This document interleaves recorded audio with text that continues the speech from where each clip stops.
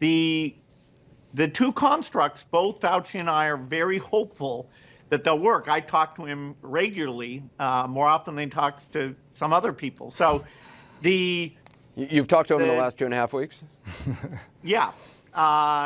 And he's fantastic. And his view of the chances and our view are very aligned. We're seeing the same data. We're sharing the same data.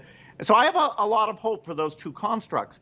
If the safety and efficacy is there, the factory piece is being done. The cost of those two vaccines, the ability to scale up production is very, very strong. And the logistics in the U.S. are not an issue at all. We can get this thing out there. Now, some people, you'll have a choice of whether you take the vaccine or not. So there's that final hurdle. And what about the manufacturing side of things? Because Dr. Fauci also said, I think as part of that same testimony, that there's likely to be more than one winner. That's how he described it when it comes to developing a vaccine, maybe two different platforms. But are you able to make enough vaccine? Is there enough manufacturing capabilities to work on different types of vaccines at the same time? Yeah, so we know all these bioreactors that are available in the US, in Europe, in India, and China. And so our vaccine team, all these companies are doing this not as some big profit thing, but they want to help out.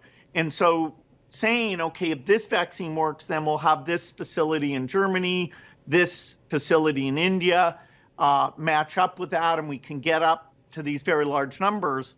That's being worked through. And because we're putting money at risk, Europe is now putting some money at risk, CEPI, between the BARDA, CEPI, Europe, ourselves, we're building up, at least for those two vaccines, a huge manufacturing capacity that over a couple of years, you can make enough doses essentially for the entire world. Some of the other constructs, including the RNA constructs, it's not going to be as easy to scale those up. The cost will be higher, the output per factory will be lower, and it requires a somewhat different factory. So for each of the top 20 or so constructs, we understand, okay, where will it go? And we put the money behind the ones right now that are earliest and do have somewhat promising data.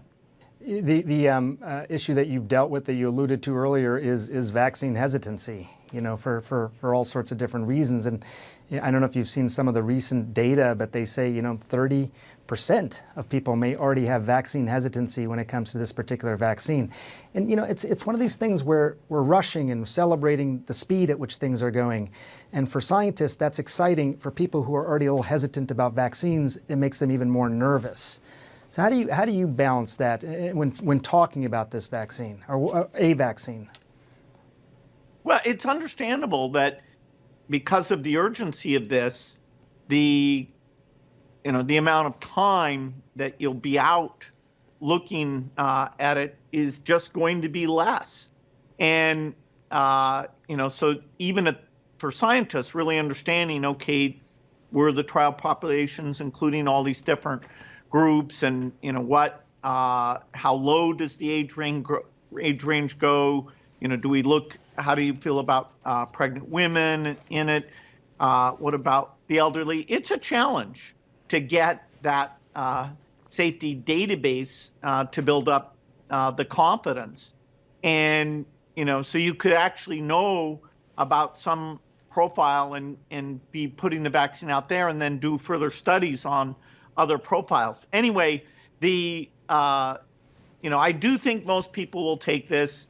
If it's a great vaccine, including the transmission blocking, everyone will benefit from the fact that 70 to 80% of the people will take the vaccine. We should be able to get herd immunity if you get up to that level, and so it really could then really exponentially drop the numbers. But we need that for the entire world if we're going to go back and have people taking vacations, international students, international sports events. So it'll take a while till we get this thing finished off on a global basis. I'd read an op